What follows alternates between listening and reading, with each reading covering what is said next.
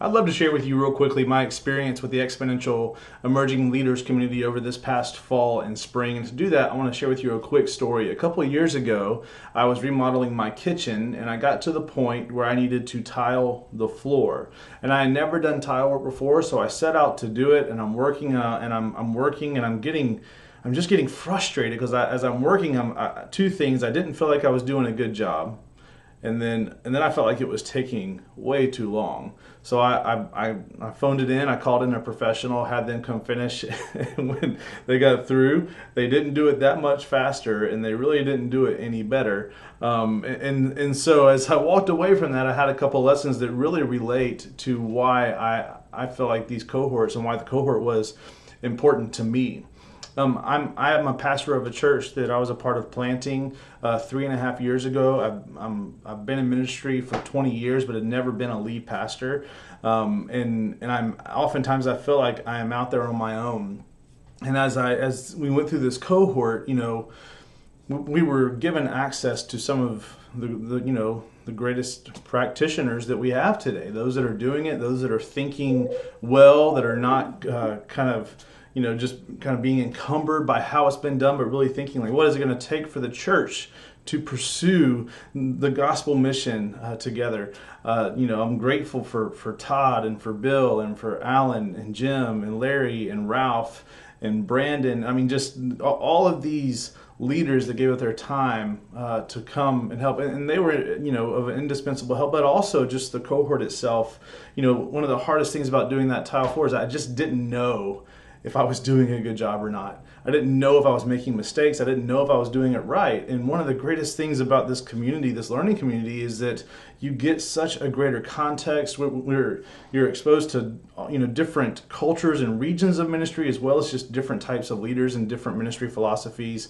I loved looking around the room and just seeing so many different kind of just differences, I guess we'll just say it that way.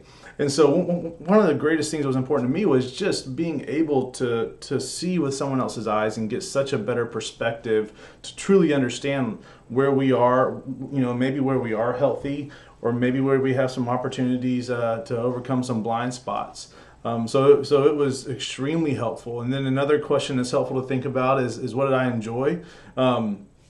It's funny, as I remodeled my kitchen, there were 17 different men from my church community and friends that came over to help throughout the process. And that the beginning of that tile work was the only time that I was doing it alone. And I'll tell you that one of the greatest things I enjoyed about the learning community was, again, having people alongside. And not that they were just cool and great to get along with, because they were, but again, because of the value of that we are better together than we are apart.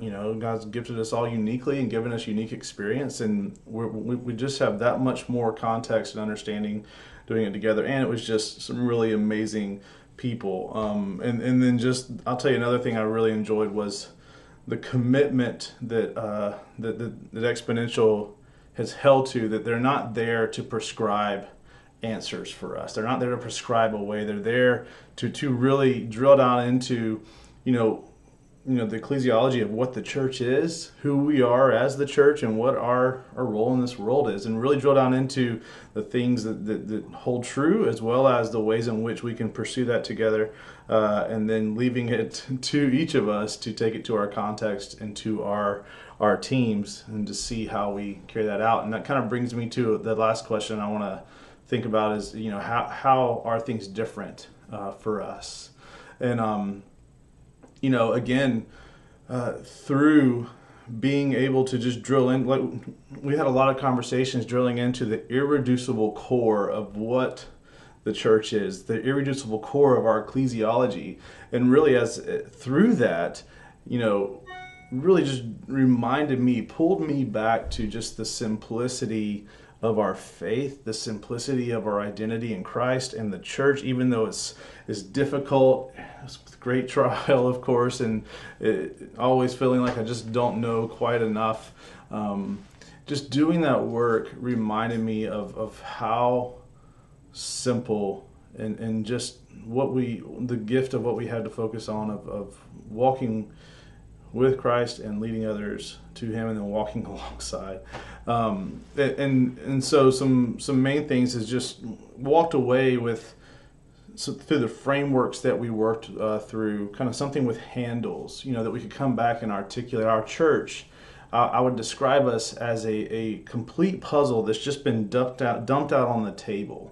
We have all the pieces we need, but they're just kind of disorganized and in chaos. And one of the greatest things that came out of my time in the cohort is just the beginning of that work of sorting out those pieces, defining our corners, of those irreducible pieces of who we are and our core values, and then finding those edges, those boundaries of who we are, of how we're going to do things, and what our purpose is in our community as part of the Great Commission. And then some of those frameworks you work through of specifically like the capacities of the church to live as a family and living deployed, and how that leads to all the gospel mission.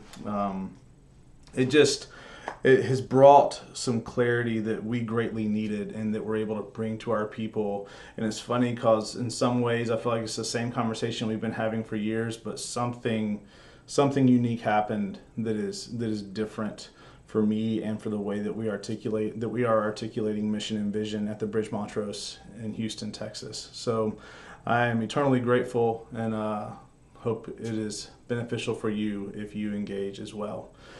God bless. Have a great day.